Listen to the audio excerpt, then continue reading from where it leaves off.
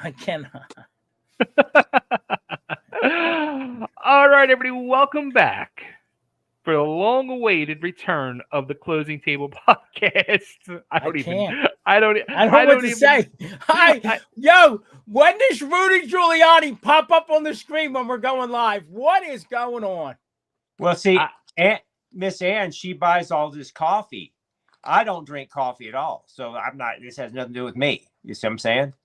But I'm just telling you, this guy is an American hero, by the way, because he saved everybody in 9/11, by the way. All right, we're getting into that next. I am Ben, so dumped. I don't even. My whole train of thought is gone. Since when did Rudy Giuliani? Like he what the hell is this? That's Mike Lindell's My Coffee. Get out of here. Yeah, see, now Mike Lindell also sells pillows, everything. They cancel him on in Kohl's and all kinds of stores, but he's still selling tons and tons of stuff. I saw Mike Lindell's. I never saw the Rudy Giuliani coffee. All right, let's get into this. This is good, man. You got to drink, but wait a minute. I don't drink coffee at all. I never have. So your wife Ann, Miss Ann gets this. Where did she find Rudy Giuliani coffee? She ordered it. I never even look at it. Look at his picture. It's pretty cool. Wait a minute. So where did she order it from? We need Miss Ann on the broadcast and tell us where she got this coffee. Okay. Where did she get this coffee at? She orders it from probably him himself. Every celebrity has their own coffee, their own hot sauce, their own T-shirts. That's how I want all of that stuff. Yeah, well, this stuff is supposed to be smooth. I don't drink coffee, but she says it's super smooth, but you have to grind it. All right, I'm getting that. That's okay. I got to grind. Now, there's another one here. Now, here's Rudy, very handsome as a young man. This is another one, and this one's different than the other one. Babe, look at the picture. Yeah, look how handsome the guy was when he was young. It looks like he was handsome as an old man, too. Look at them chompers, man. Look at them teeth. Jesus. If I got you to laugh. Now, that's what you get. Listen to me. Let me tell you something. I needed that laugh after today. And what the hell? This is what you get on the closing table. Besides buying real estate from Dan Pizzi and Nextome Brandywine, there's nobody better than Hub for coming up with craziness. Let's start here. I got to know, is the coffee good? Does she like it? Does she enjoy it? Oh, she says this is fantastic. By the way, this is stuff. I'm getting it. Specialty coffee. This is Arabica. And I think, but this is too, but this is, you got to grind it yourself and it's much smoother, she says. This is super, super high quality.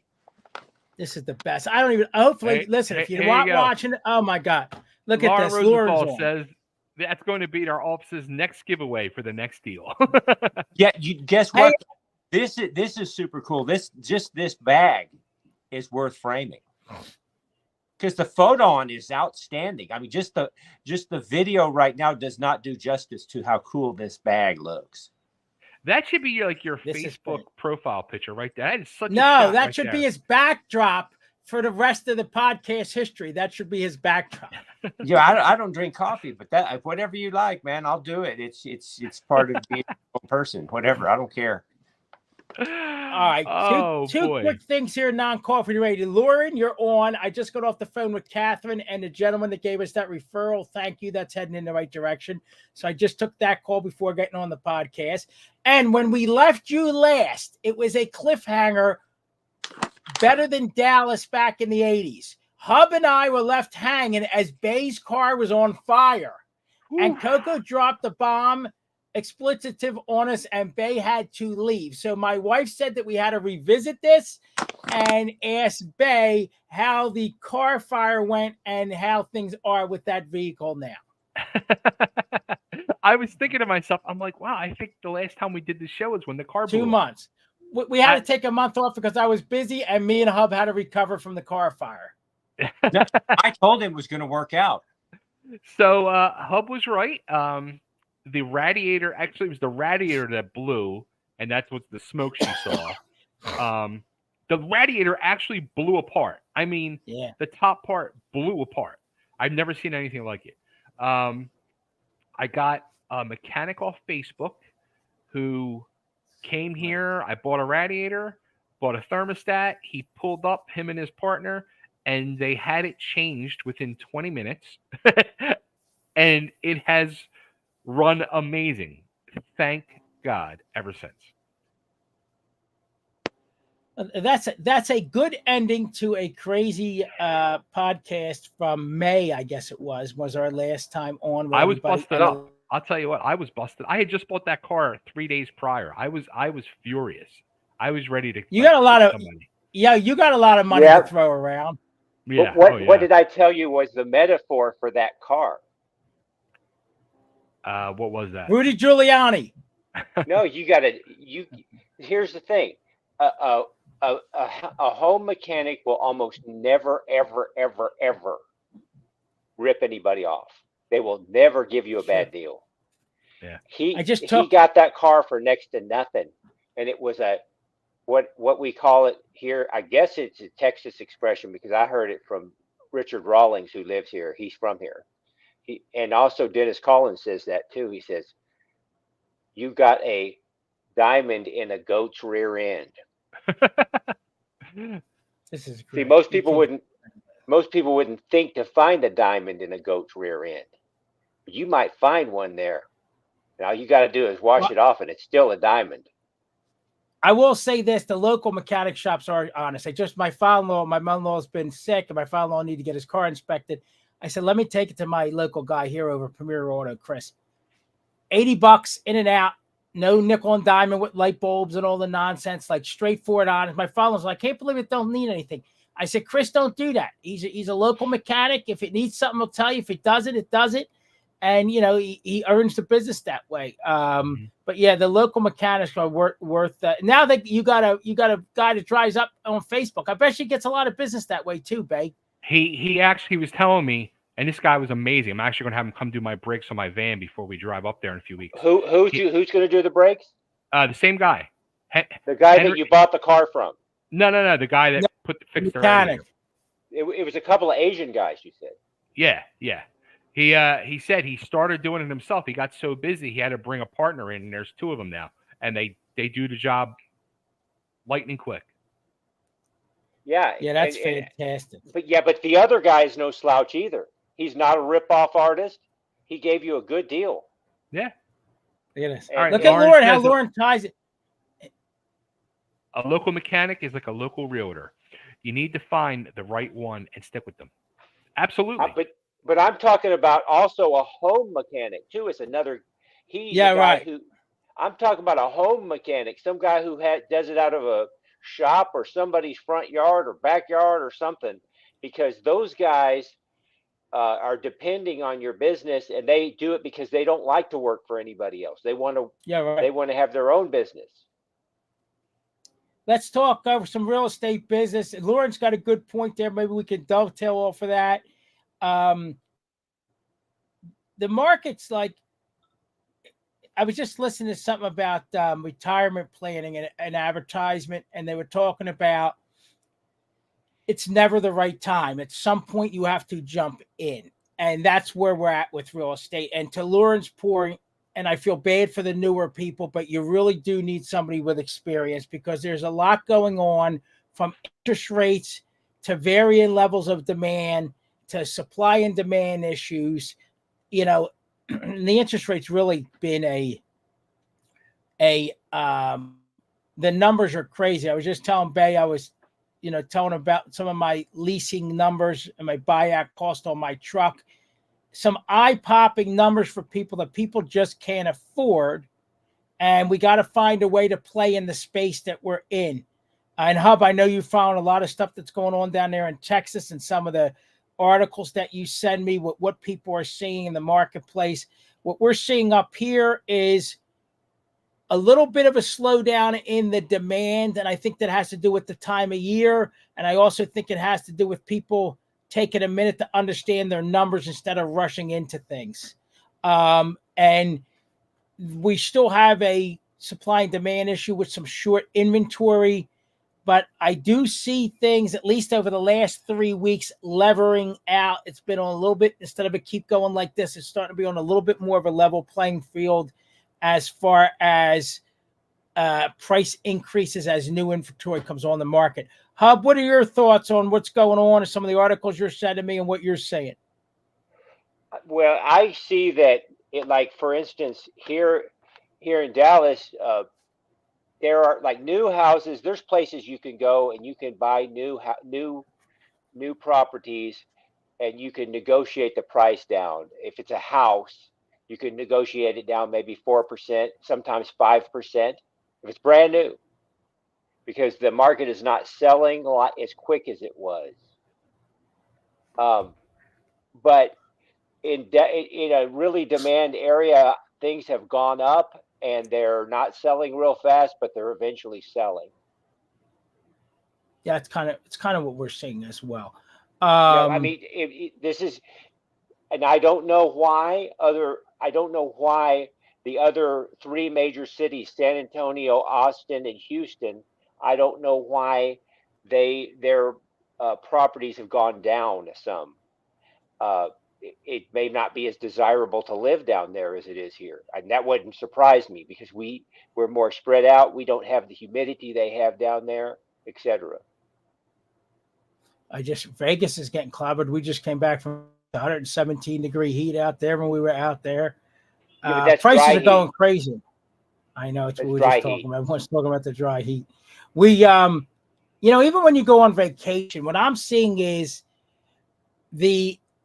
everything is adding up to being just too much for people's budgets, and that affects their car buying, their house buying, and their big ticket items. Yeah, we were in Vegas for a water and a soda, $12 plus tax. How much for chicken fingers? I mean, it's insane. You know where we went? Let's talk about that for a second. We went to Raising Cane's. Yeah, they have. That's from Louisiana, which is right around the corner. I love them. Yes, yeah. So very good. And Bay, we saw your employer at the airport had a location in the Vegas airport. How about that? Did you try it? I said to Danny, it was late. We had 11:40. They were still open though, and people were getting food. It was late at night, and they had a location right there at the airport.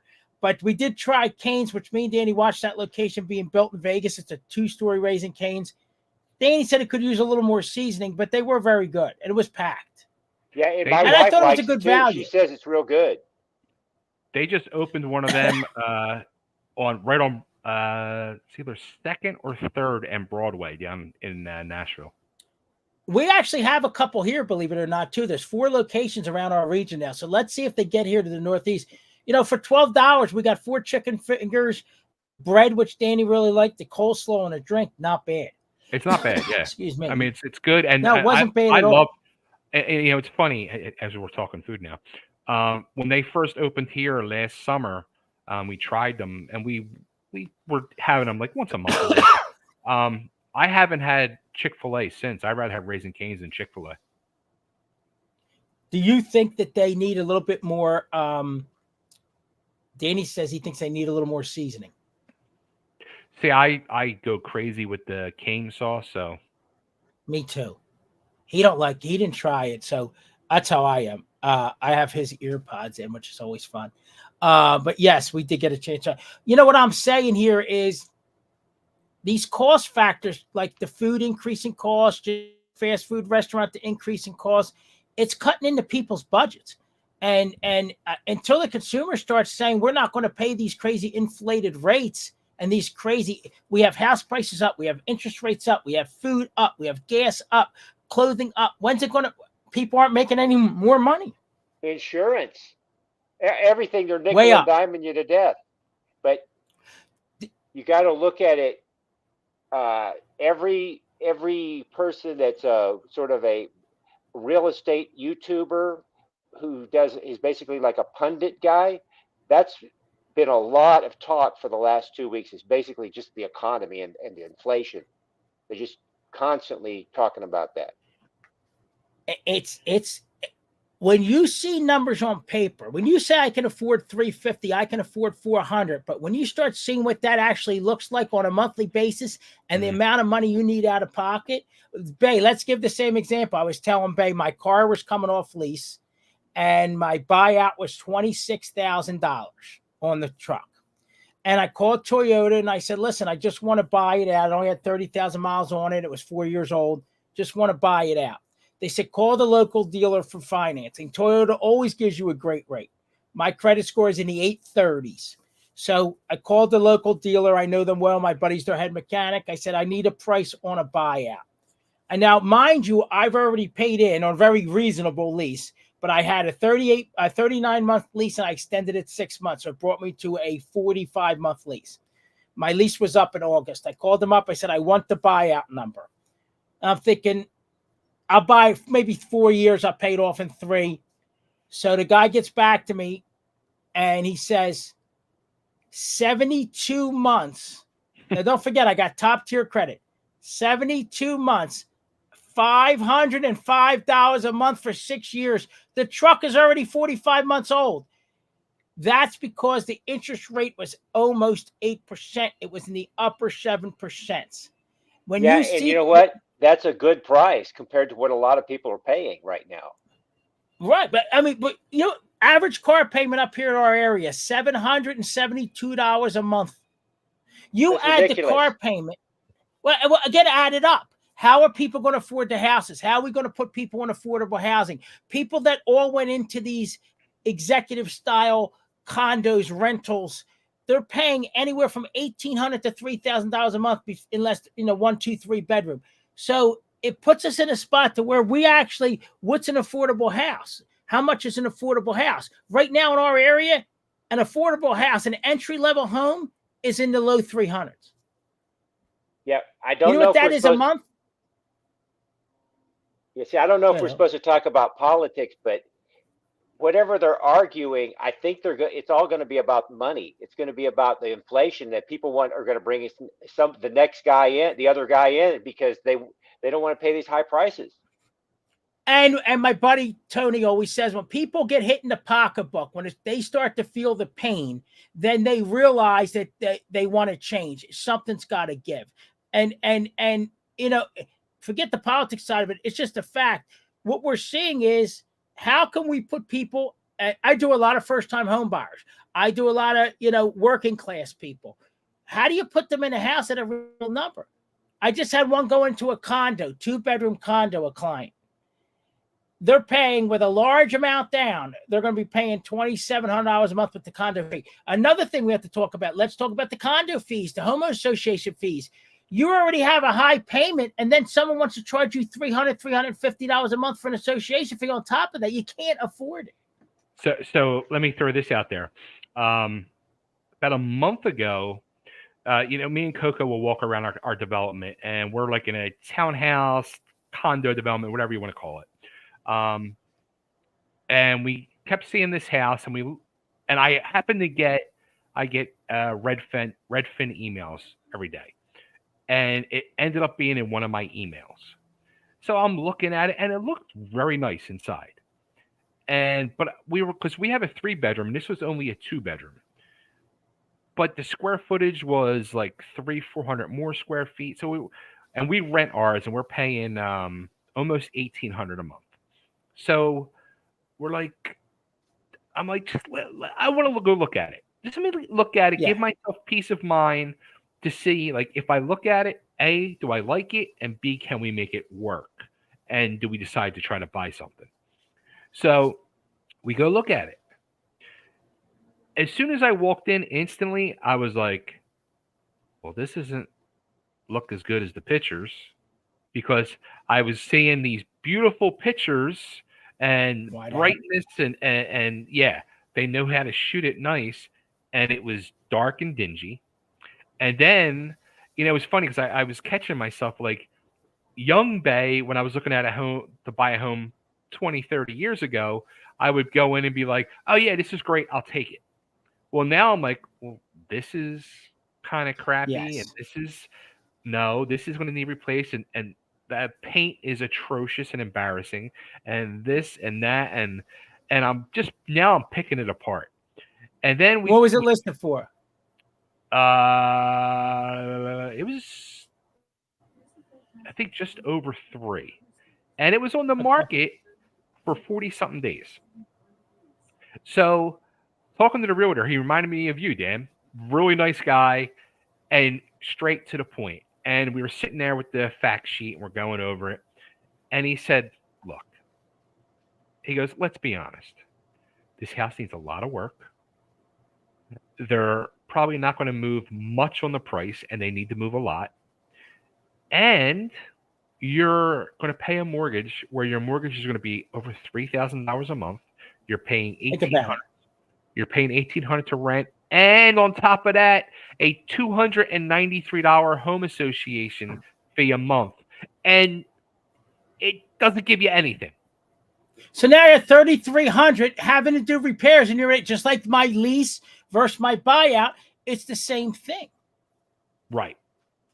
Which Hub's made wheels me are think, turning. Right. Well, which made me think, are you seeing more people get into that situation where they're just like, screw it, I'm just going to keep renting? If it doesn't make sense, right? Look what I did with the car. I didn't want to keep a lease as a rent. I didn't want to keep leasing the truck. I wanted to buy the damn thing. When you looked at it on paper, the numbers didn't make any sense. It didn't make sense. Even the sales manager, who's personal friends with my buddy Troy outside, so we had a little bit of a relationship. Right. Says, Dan, you're right. Makes zero sense to buy this truck out. Like there's no. I'm like, here's how I am. Here's how I am with every client. I'm all about value, right? Is this make sense to you money-wise? Like your lifestyle, the location, all these factors, does it check most of those boxes? And can you, like you said, Bay, can you make it work? Does it work within your budget? And does it meet most of your needs? And right now, when you're looking at the price, the interest, and the cost factors, and the amount of deferred maintenance, here's something, Hub, and I'm going to let you talk here. I have some of these with my clients. You're talking to prospective clients about listing, and they say, well, Johnny down the street sold for $640. Johnny just put $150,000 into the house. You haven't put a dime into the house since 1978, but you want me to list it for $600,000. Now the consumer is getting more discerning because they can't afford the number. So they're saying, guess what? This is overpriced. I'm not putting out X unless I'm getting what I feel is somewhat of a value, that things are done or the price is lower or something matches up to being a little bit of leverage in my favor as a buyer. Go ahead, Hub. Well, I'm not sure it's really the right time to buy. I'm just not sure it's the right time to buy. And I think that you need to find a unique opportunity. When you don't have a lot of money, you need to find a unique opportunity. Right. So in not all instances, I agree with you. It's not for, like we have desks, we have people that have to move. Some people have to buy, but if you can sit it out in some instances, if it's not the perfect fit, I agree with you. Mm-hmm. Yeah. And the thing is that the people in my neighborhood, these houses are like $500,000-$600,000, and they you got a lot of young people, and their parents are helping them buy, and they probably are coming from another house where they made a bunch of money off of it, and they don't mind paying the higher interest rate. I don't know why. I don't know why. There's no way. If I had bought a house for 3% or lower, I would never sell that house. I would rent it out. So let's talk about that for a minute. We just talked about this with my circle of people, Joe Markichich, RMS Mortgage. Where do the interest rates have to be for people to come off saying, I'm not leaving? They're at 7. If they get into the 5s, do people start budging because they made a lot of equity? Where does that interest rate have to get to move us off the pin? Well, I think 5. I think 5. The reason I'm not going to sell it is because if I need another house, I'm going to rent that house, and I'm going to use the rental money to help me buy something else. Perfect point. I agree, but suppose you had to sell it. Put yourself in the shoes and say, I'm at 3. The interest rates are at 7. I have to go, and I'm not going to go until the interest rates get to where? What makes sense if you have a decent amount of equity in the property? I'm like these guys like Scott Walters and all these guys on YouTube. They're basically saying you really should have more than one house. You want to have a prosperity mindset. I agree. Diversifying right now is important in a lot of things. People have a couple of jobs. They're doing good in certain sectors because everyone's afraid to put all their eggs in one basket. Hey, Bay, don't forget we have our contest. If there's any questions, I know it's summer. I have some questions, and I have a bunch of comments here from Lauren. I got a ton of tickets, man. Lancaster, Reading. You see my Stormer shirt tonight.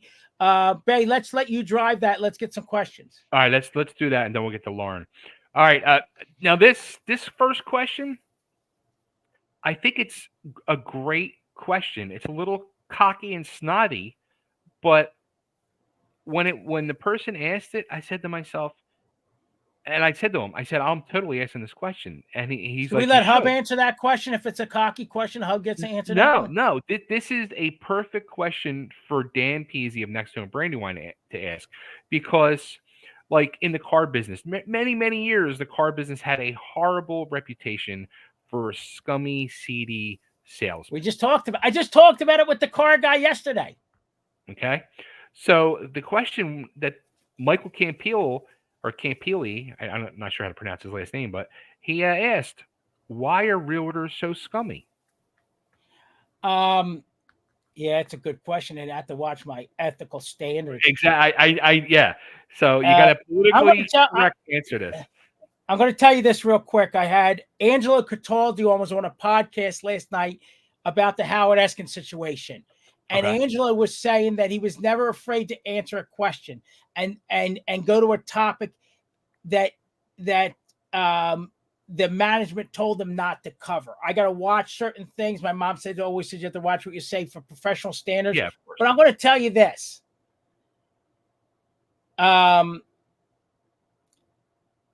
Sometimes I feel like you say you really need the money and you're not doing great and you really need that sale. We have, as realtors, we have a code of ethics and an ethical standard that we have to meet. Part of the reason there was this lawsuit was because they thought that because the commissions were published in a multiple listing service, that agents were actually steering clients away or to certain houses that were paying more money to the agent. And I think, like any professional, there is good and bad. And I think part of the reason people come across that way is they're undereducated in the business. I trained, and they say it every day, and they laugh at me. David L. Stinson III, he's like the Bill Belichick of real estate. We were well learned and confident in our craft, so we could speak to the value that we bring to a transaction.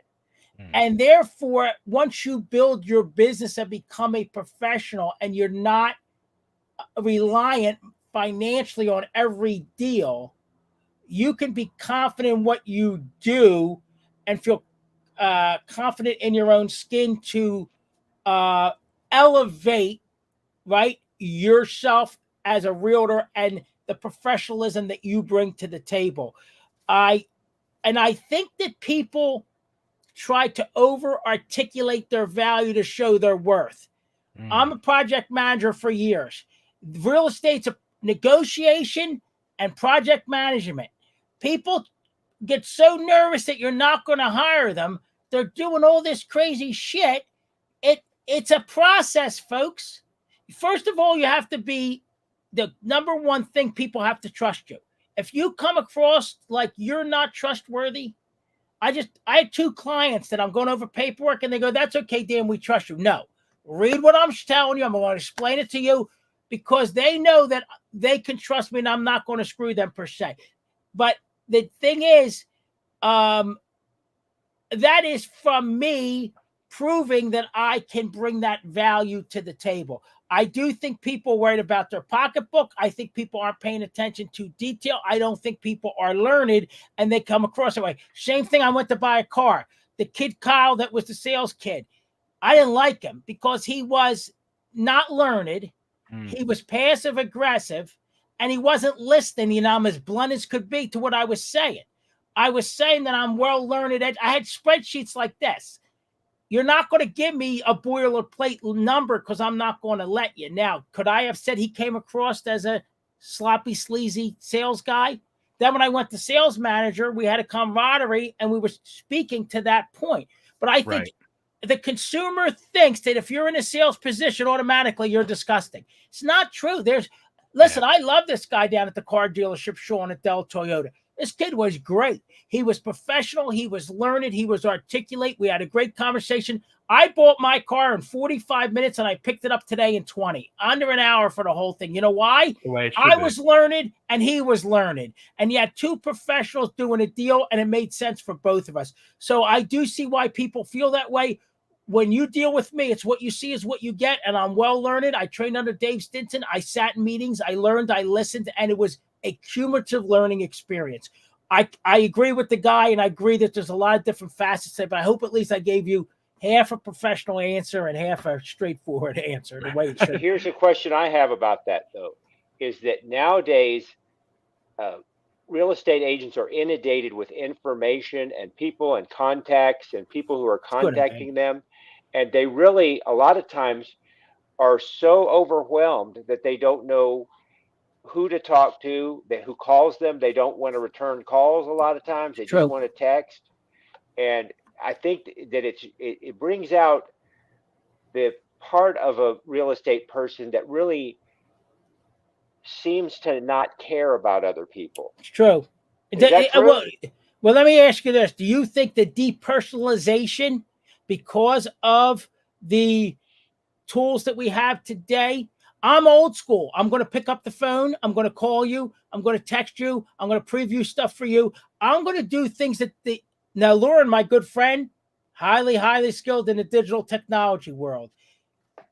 We could get to the same result. He might do things a little different than me with the tech side of things. But it is true, Hub. It is true. All right, Bay, what do we got next? All right, Jeremy J. asks, is the current cost of living driving up or driving down sales? That's a go. I like that question, actually. It's a thought-provoking question. Mm-hmm. We're not slow. I could say that. I think that it is putting some people on the sideline because they just can't afford it. And it is a supply and demand. And Hub made a reference to newer construction. The demand is there from the buyer side with certain factors, right, for their personal situation. The supply is low. And I do think that the younger folks, and this isn't boxing everybody in one box, would like a new construction. And Hub referenced this, that they don't want an old house, Bay, in Fallcroft, Ridley, Glen Olden, Sharon Hill, Norwood, 80, 90, 110 years. They don't want them. Like, you went in and picked that house apart. They would rather a new construction. They would rather rate it out for new construction. I find, what's his name, Jay? Yeah. I find, Jay, that it is still a supply and demand. The demand is still high, but the consumer is a little bit more discerning because of the current economic conditions. Does that make sense? Because if it doesn't make sense for them and they don't have the money to get in, they're just going to jump into something that's going to put them in a bad situation. They're going to have buyer's remorse. So there is people just taking that extra second to say, do I want to wait for a new construction? Do I want to go negotiate with a builder and wait a year, knock in an interest rate, maybe negotiate a finished basement and get what I want if I have to pay this price? What is your, this is from me now, what's your opinion on new construction homes? We don't have it. But here's an example. There's a piece of land next to my development. I've been living out here in East Fallowfield, suburbs of Coatesville, which is borders on Lancaster County and PA. That land was supposed to be built upon when we moved out here 22 years ago, almost a quarter of a century. It sat there. The land was owned by Toll Brothers. Toll Brothers just sold the land to a local low-quality builder, Ryan Homes. They're putting townhomes on the land. Just this cookie-cutter townhome that they throw up. It's going to be probably at least 150 back there. I was talking to Lisa, who works for me, and we were saying, supposedly they're starting in the 400s. We're 30 miles east of the city. Like, we're not close. We're 45 miles to Center City. So we're in a rural suburb closer to Lancaster. It's like Maryland, Delaware, our little pocket, the western side, of Chester County and the Lancaster County. It's not like abundance of jobs out here. Yeah. But so who's going to come out here and pay $400,000? I think if the location, here's the deal: there has to be land to build, and the only place that there's land is further away from the major metropolitans. Now you're going to buy a new construction with a reasonable price point because you can get into something new, but then you have to drive an hour to work. again, you got to figure out whether that makes sense for you.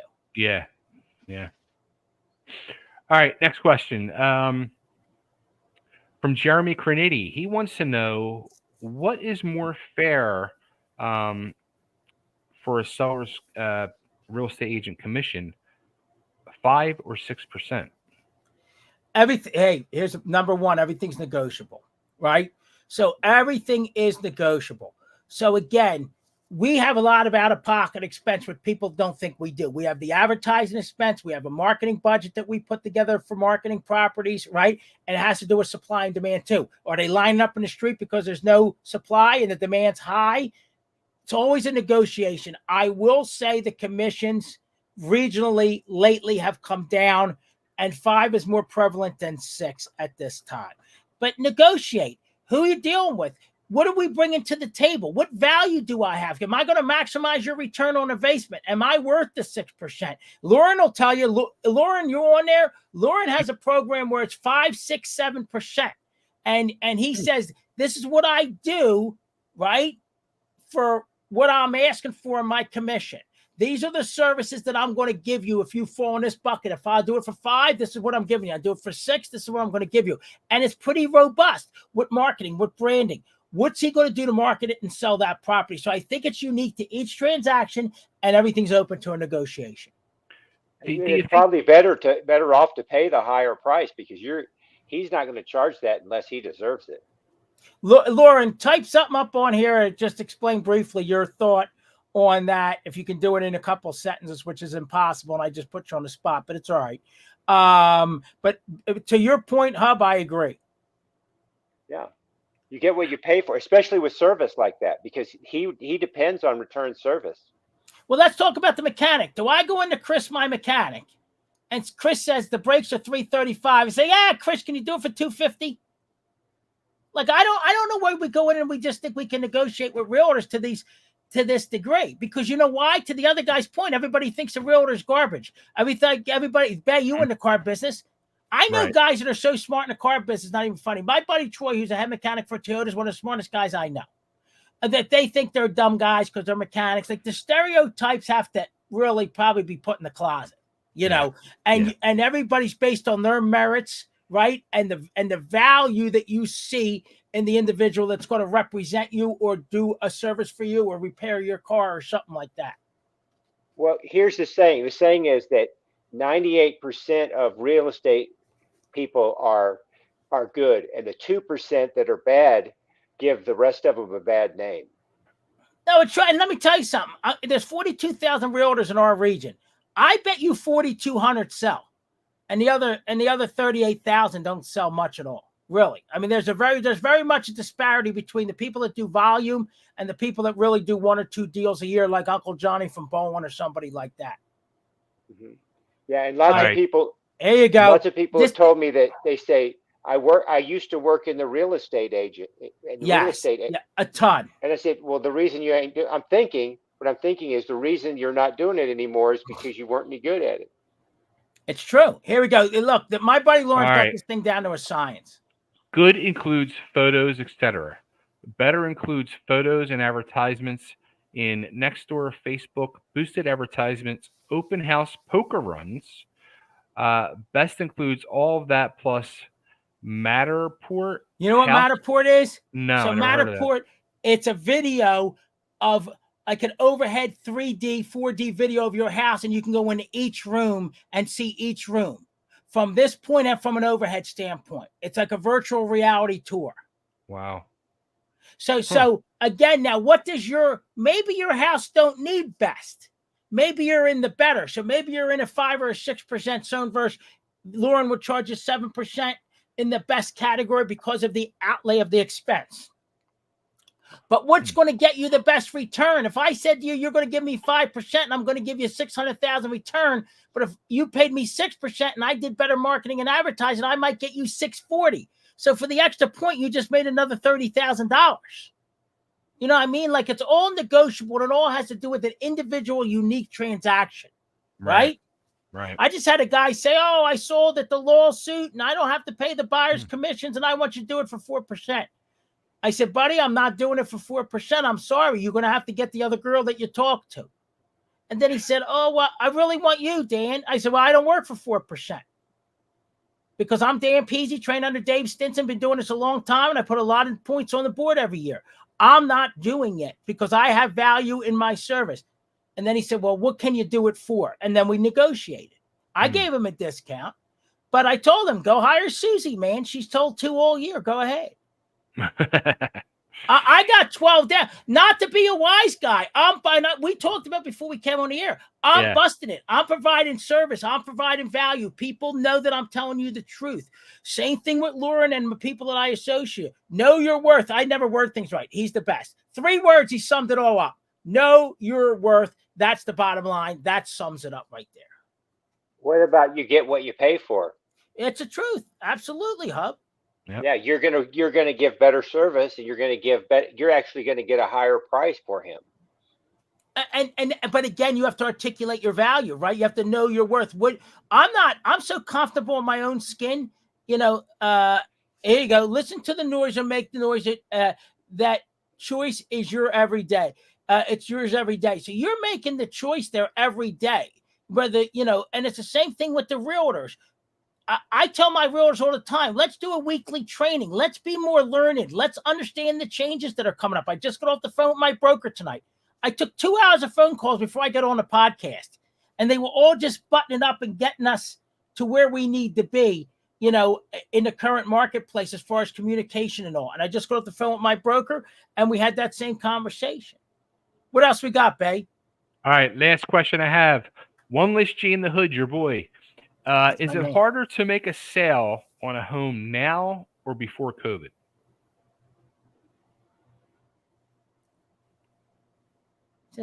I want to know One List G in the hood. I want to know where that username came from. He needs to hook me up with that answer. It's actually, he told me, I think it's a song. It's unbelievable. I love that.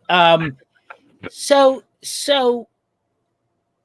before COVID hit, the 3 years before, the prices were on the rise, and we were having steady increases each year in the supply and demand. And then COVID hit, and of course, everything in Pennsylvania shut down. And then post-COVID, we were gangbusters because everybody that really wanted to buy during COVID couldn't buy. Yeah. So the first year out of COVID, we were, let's see who's texting me here. Mom, we're not using names, Mom. My mother tells me what to say. We're just talking. I'd love to hear what she had to say. We're just talking generalities, Mother. No names are being used for clients. Generalities. But post-COVID, we were super busy, like off the people lining up in the streets the first year out of COVID. And then it's tailed off since. So we were like, and it's tailed off for several reasons. Prices have gone up, supply and demand, factors outside of that. It post-COVID, definitely we had a bang up. We were good leading up to COVID, and we were getting busier those 3 years before outside of a normal market, like a really robust market. Then COVID hit and we had nothing. The first year out of COVID, it was crazy busy. And then the year after that, it slowed down a little bit. And then this year, it's a little bit of a bounce from last year, but we still have a lot of factors that are, causing us. And when we talk numbers, let's talk numbers real quick. You could talk numbers on any house. People say, I don't want somebody knowing my numbers. You can figure it out. If someone's paying $350,000 with 6 or 7% interest right now, and they have $300 association fee, you can figure out what somebody's monthly is going to be. It's going to be the same for Jenny, Judy, Harry, Johnny. It's just, that's where the numbers don't lie. So, and then everything is public record eventually for people's houses. I love that people want to be, we don't use names on here for people per se, but everybody wants to be secretive about numbers. 1 + 1 still 2, and your transaction is going to be public record at some point. But we're just talking generalities with numbers as far as what's it cost on 300,000, with an association fee like we were talking about on some of these things. Now, a lot of people will not buy a house with the homeowners. That is really causing a lot of problems. Hub, more and more people are saying to me, Dan, I am not going to buy in a homeowners association. Yeah, and that's all over the YouTuber real estate shows. Well, I'll tell you what, one of the ones I just did, they were covering the roofs in this development, and they did not save the money when the roofs needed to be done. They didn't have the money to put the roofs on. So they did a special assessment against the homeowners, and you had to pay more monthly for a certain amount of time to cover all the roofs. Well, weren't you supposed to be saving the money for 20 years? Where'd the money go? What about the years that we don't have a lot of snow? So some years you don't have a lot of snow, and then they say to you, oh, well, we're not going to put an increase next year. Well, you should have a surplus. Then the next year you have a lot of snow and they want a special assessment. But last year we didn't have a lot of snow. Where'd that money go? So this is why people get upset with these homeowners. Yeah, but they're also changing all kinds of, they're raising the prices so high on them, and they're actually even kicking people out. And let me tell you something, nothing's under $300 anymore. And another thing is, if you don't pay it, I just had one where they had to pay all the back. Go ahead, what's crazy? Because when I get these emails from Redfin, I look at these houses on a daily basis, and I see, houses like these developments that I live in are, like you're saying, $300 a month home association. But there's developments that are $1 million homes, and the home association fee is $24 a month. Well, here's the thing. What's it cover? Explain it to me. Well, what's it cover? So what's the point of $24 a month? I mean, well, you know what it is? They might have to cover common. I'll give you an example. Mine, right? I'm talking about mine. We have 8 houses. The builder left a piece of land at the end of the 8 houses behind another development, and they deeded it to our homeowners. The only thing we pay is to cut that grass. It costs us $300 twice a year, so we have to pay $600 to cut that grass. So we all throw $100 a piece in a year to cover the grass cut. Wow. So some is just common area maintenance. Some might be insurance on drainage tanks if they have a runoff water. Some might be a little playground. Some might be lights, so it's only a couple bucks. Some cover roofs, all the exterior of the homes. Some cover snow removal if the streets weren't deeded to the association. It's what they call a closed community, so the township doesn't plow those streets. Another thing is the township may or may not pick up the trash, or they might have to do private trash, or the homeowners have to order hire a private trash company. All those things come into play. Interesting. Well, it's a big issue, and the thing is people they're not learning enough when they go into signing the contract with the homeowners association. And you know what I tell them up front, Hub? How much it is, how much it's went up over the years, because I look it up. And I tell them what it covers, because at least they have information to make an educated decision, right? Yeah. And people in my neighborhood, for instance, if in Texas, I think if you have a shingle roof, you probably need to replace it every 10, 15 years. And people in my neighborhood there's like teams of people that come out and try to fix your roof and give you a new roof. And you are better off not getting one of those persons to do your roof. You need to find a specialist that does not need to go and advertise.